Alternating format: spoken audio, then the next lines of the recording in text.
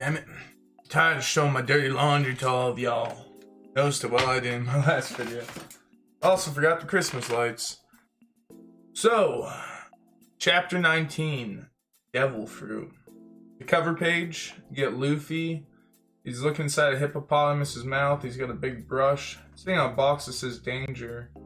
But yeah, it looks like he's gonna brush his teeth, but seeing what's inside his mouth. Oh, kind of cute.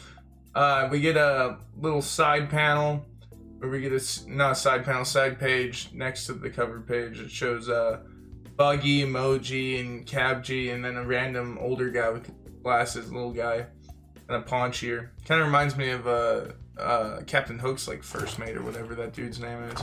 But yeah, it's a little bit of a different design for Buggy. They seem a little more slender, like lengthier. Kind of remind me of scenes from Lupin the Third, like especially Cabji. He looks like the samurai from Lupin the Third. But Buggy's face is a bit longer. He doesn't have the crossbones on his skull. He's just got crazy clown makeup. Moji just is lengthier, and he doesn't really have a beard here, but he's got hair. But the rest is normal. The other thing with Cabji is his hair is a bit longer, and he's got like shaved into the side of his head these lines that I think he just has dyed normally. But yeah, those are the front two pages. So where the chapter left off was Luffy kicking Buggy in the balls. Now he just punted him across, 10-20 meters, and charges up, gets his hat, and he's like, you ruined my darn hat. And Buggy's coughing, spitting, he's aching, his balls are in his stomach right now. And Luffy's like, and you spat on it, and he starts rubbing his hat, the straw hat, on Buggy's face. Buggy's like, ah. Luffy's like, it's your own spit. And he's like, so mad still. He picks up Buggy by the cheeks, just holding his cheeks, and he's like, don't ever mention shanking yourself in the same breath again. He's just unbelievably mad.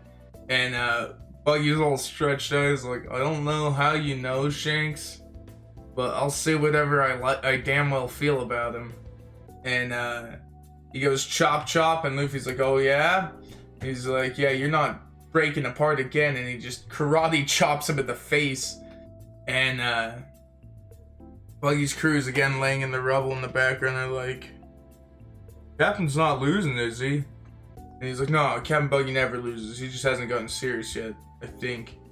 And Nami's just getting captivated by the fight. She's just watching, and she realizes this. So Nami's like, well, I need to head out and find the treasure, I gotta go find my treasure in the map and make my escape.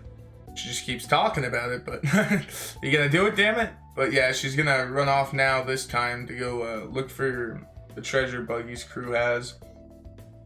And while she runs off, we've got Boodle's townspeople. They're kind of all waiting around wondering. They're like, Mayor's been gone for a while. He's like, one of the other townmates is, he's worrying everyone, God damn it. They told him not to go. Like, alright, well, something must have happened, I'm gonna go back down into town. He's like, the rest of you need to stay here.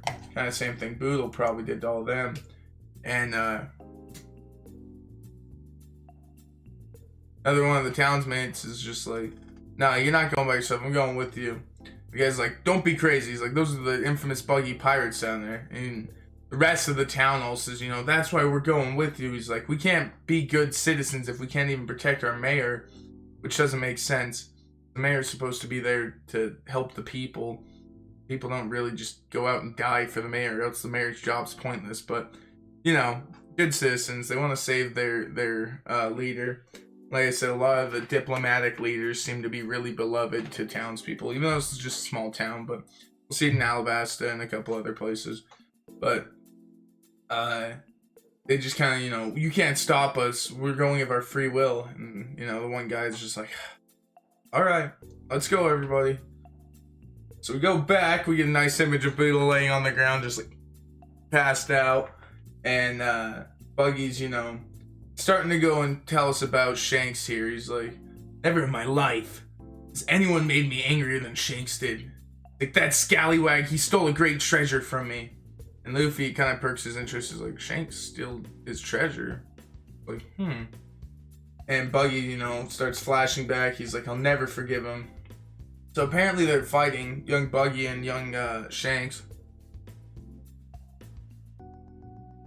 So Shanks up here. And they're having a really dumb argument, honestly. They're arguing over whether the North Pole or the South Pole, or the North Pole or the South Pole is colder. And the rest of the crew's kind of laughing at him. They're like, you know, you're stubborn. And then we have the first mate of the ship that Buggy and Shanks are on. This is where they learned an apprentice to be pirates. And he's like, he's had enough, and he knocks him on the heads. And who else but none other than Silvers Rayleigh. Yeah, Silvers Rayleigh, y'all. Yeah, Silvers Rayleigh shows up actually this early. Chapter 19, I believe, yeah. Here, I'm gonna get a picture of it.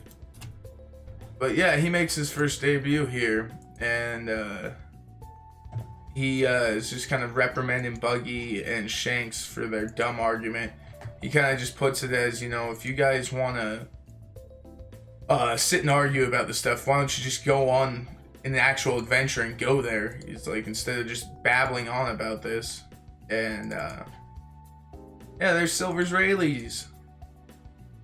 But yeah, he had blonde hair when he was younger, apparently, and black beard. Now he's just got that same beard and gray hair. This makes sense, but it just seems weird with the black and the blonde. But I think everyone thought he had brown hair initially. But yeah, so he just tells them they need to cool off, and they should just go there and find out for themselves. You know, kind of trying to perk that adventure in for them. That same thing Roger and Luffy and Shanks kind of have. You know, that they seek adventure. But while they break that up, another ship comes up, and they're getting ready to engage it. And Shanks, you know, looks over and sees Buggy, and Buggy's all teeth and grins, and Shanks is like, yo, Buggy, you seem really happy. And, you know, Buggy's like, of course I am. He's like, you know, ships are just treasure for the taking. Shanks like, oh yeah, I guess you're right.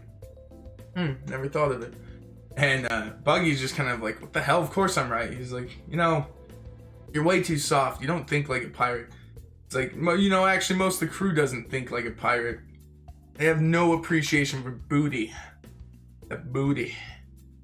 And he's like, you've all lost sight of what it is to be pirates. Oh, I don't know about that. Goldie Roger restarted the pirate era, and he reinvigorated all the young bloods and kind of defined what it was to be a pirate at the time. But nonetheless, so the crew engages the other ship, and there's a bunch of fighting. They're taking each other's members out right and left. Doesn't seem too crazy. It's definitely they're on the winning side. And Buggy, while fighting, happens to find a map, and it says it's a map to a vast fortune sunken deep on the ocean floor. Buggy's just so stoked. It's his first treasure map, and so excited to go find treasure. This is Buggy kind of being deceitful and misleading, but he, while nobody's looking, he hides the map. And I don't think really any of them would have cared if he wanted to keep it, but he hides it and he doesn't tell anyone about it. He's keeping this all on the DL. He thinks everyone wants to steal his treasure. And he's just so stoked. He's like, yeah, I finally found something. He's like, I'm gonna have a fortune now. He's like, you know, now I just gotta wait and get off the ship and go find my fortune. And you know, they all start celebrating on the ship after their big victory. So they're drinking, getting drunk, and having a big party. And Buggy's, you know, hiding out on the poop deck. And Shanks shows up on the main deck, and he's like, you know, Buggy, you're missing out. We got all these spoils. He's like, come on, man. He's like, we got something really interesting. And Buggy's just kind of like, no, I didn't take anything. And Shanks is like, what the hell are you talking about, dude? He's like, so Shanks and Buggy sit down together, and they're kind of just talking about how they're gonna have to leave the ship someday. And Jenks is like, yeah, I'll go off on my own someday. He's like, captain of my own ship. He's like, I'll make time to see the world. He's like, I'll do some pirating along the way, of course. He's just looking for an easy, fun, you know, interesting life. And Buggy's just laughing at him. He's like, man, you're still too soft. He's like, but, you know, you're a good fighter. He's like, I'll give you that. He's like, if you weren't so soft, he's like, I'd make you a member of my crew. And Shanks just, nonchalant takes the chugger. He's like, work for you? Ah, never. He's like, we think differently. It's easier to go our separate ways. He's like, being a pirate's about going your own way anyways. And Buggy's like, oh man, laughing at him. He's like, what would you know about being a pirate? A lot of this chapter, especially this flashback, is really cool because it shows where Oda's going with the type of pirates. Like I said, it's kind of these ones, they're not like just protectors of the peace, but they're just adventurers, Shanks just wants a free life where he can go and adventure and have fun. And Buggy's looking, not that he's not looking for fun, but he's looking for the glory and riches more in it, where Shanks doesn't really necessarily care about that stuff. He's more concerned with being free.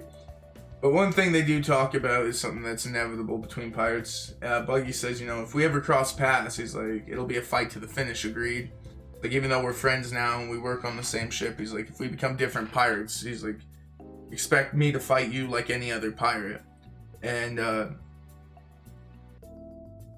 Shanks is like, agreed. He's like, that's also part of being a pirate. That's the other thing I like. Like I said, Luffy and letting people have their fights and stuff. There's this kind of romantic lifestyle of being a pirate where you fight and live each day like it's your last, and the freedoms that come with it. And that's, I think, where it all entangles, is it's kind of this weird place. Like Shanks doesn't want to just go around hurting people, but he doesn't mind fighting other pirates and challenging himself and pushing himself forward. He's just looking for adventure and fun. Like I said, it just kind of blurs all around. Not that Buggy won't get in fights, not that he doesn't have fun doing it. That's just not his purpose. He's more concerned with getting the end goal of it, the gold, the money, the fame, whatever. But so, this is kind of where they're saying they don't really understand each other. Buggy's just like, you're crazy sometimes. He's like, you said there was something interesting that happened, and Shanks is like, oh yeah, we found a devil fruit. It's the other part of where this flashback kind of drops a bit of knowledge. So he talks about how they say the devil fruits were enchanted by the sea devils, and whoever gets it gets amazing powers, but in turn they can't swim. The sea turns against them. That's how they call it. But what it is like, it's not like the sea's like, oh, you have a devil fruit, I'm gonna eat you. It's like your body is just weak. Like, you can't, as soon as you hit the water, your powers are like, it's like kryptonite's the opposite. You can barely even function. You're not even human almost. You're just like passing out. It's not gonna, just kill you. It's like it'll drown you, usually because you can't swim. So it's like, for example, later on, there's a fish man with the devil fruit. He can breathe underwater, so he's just kind of stuck. He just can't do anything. He's just weak. But, so yeah, they find this devil fruit, and Shanks is saying, anyone who wants it can eat it, says the captain. And Buggy's like, who would give that up? Any sea dog, which, meaning a pirate, is like, that's essential, is you need to swim. Like, only a fool would eat the devil fruit. He's like, there's tons of treasure on the ocean floor. He's like, you can't get it if you can't swim. Good point. And he starts clutching his map, which has the treasure on the seafloor. Well, Shanks goes on to add, devil fruits are worth a fortune. Like, some people pay 100 million berries, which 100 million berries isn't really that much now. But, no, at the time, I'm sure Buggy's just like, you still buy a lot with it. But I would imagine even some devil fruits run higher, way higher. But this was before the scaling of the bounties and everything else kind of blowing up their economy. But Buggy's starting to get ideas. He's like, 100,000 berries. He's like, that's a dozen treasure chests. He's like, the goddess of treasure is smiling upon me. So we see Buggy with the devil fruit, and he goes, I apprentice Buggy. He's like, we'll eat the devil fruit. Big theatric. And the crew's laughing like, no, youngsters. Like, never think about the consequences. Like, hey, Buggy's got lost sand in his craw today. I love the twang in pirate slang. So he eats it. Oh. And they ask if he feels any different. He's like, oh, not really. They're like, well, maybe it wasn't ripe. He's like, maybe the devil fruits aren't real. The crew starts, kind of just whatever. Didn't work, I guess. But, a lot of devil fruits, you have to activate them, so it's kind of like, not going to show up. But Buggy goes on to explain, you know, that he just ate a fake fruit. It wasn't any, he swapped out the real fruit because he wants to sell the devil fruit. So last night he went in and swapped it out with the normal fruit. He ate that one in front of them, and now he's got both the devil fruit, the map. He's like, you know, no more apprenticing. And he's like, I'm getting off this Hulk, and he's like, I'm gonna go figure out how I'm gonna build this big crew, and we're gonna be the deadliest crew on the ocean. But you gotta get out of here before anyone finds out. And he's hiding behind these crates, and Shanks pops up. He's like, hey, Buggy, what are you doing? Buggy stuffs the devil fruit, because for some reason he's got to hold him out while he's talking about this. But he stuffs the devil fruit into his mouth. Great place for it. And he's like, oh, Shanks. And he's still got the big pineapple in his mouth. It's pretty comical. And Shanks is like, you know, what the hell's wrong with your face? And he's like, are you stealing food again? He's like, stop stealing food. He's like, you know, the cook will skin you alive if he finds out. And Buggy's just, oh, that was so close. And Shanks comes back right as Buggy just calmed down, and he's like, oh, I forgot Captain said. And he just swallows the devil fruit. And he just starts yelling. He's like, he's like, ah. And just then his map flies out of his hand and floats out into the ocean.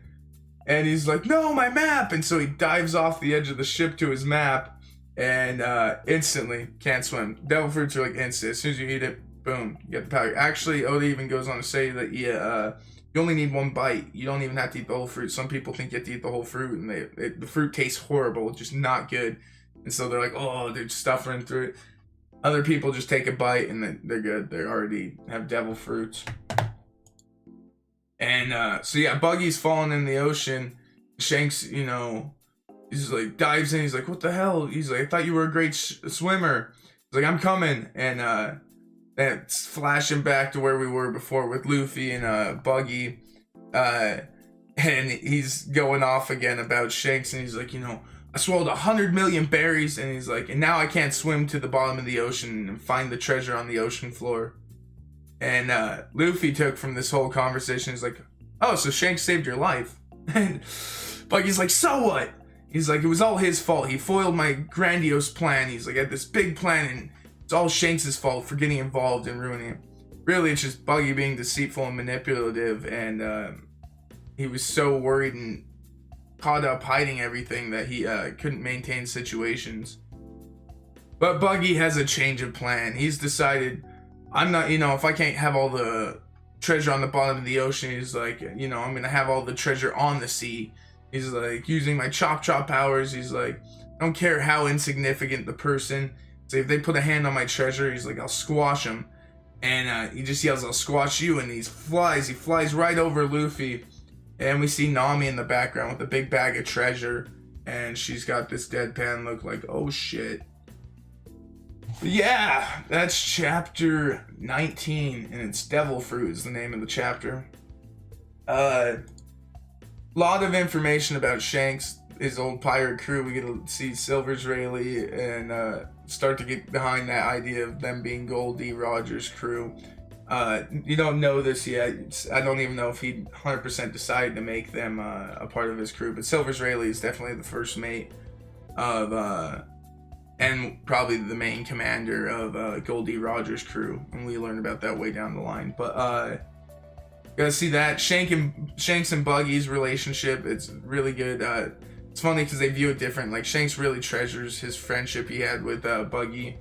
Buggy resents him a ton, but Shanks has always done good things for Buggy, pretty much. And then, other than that, the devil fruits, they kind of break it down a little more. Nothing too much we didn't know before, but just the overall people's understanding of them. And there's a lot of misunderstanding early on about if they work or not, or if they're just urban legends and stuff. That kind of gets squashed out because so many people. I mean, the admirals have all these abilities. I mean, people should be pretty used to seeing devil fruits at this point, but they act like they don't. It's still all introduction stuff, but yeah, we'll get into it. Nami is gonna play a role in the next fight. and this is the last chapter of the next chapter's last chapter for the fight. Blows up in the town, and we're gonna move on to Syrup Village. So get ready for it. Syrup Village, Baratier, and then Arlong Park boys. Well, 2 videos out today. I'm gonna upload this one real quick and then stream. So later.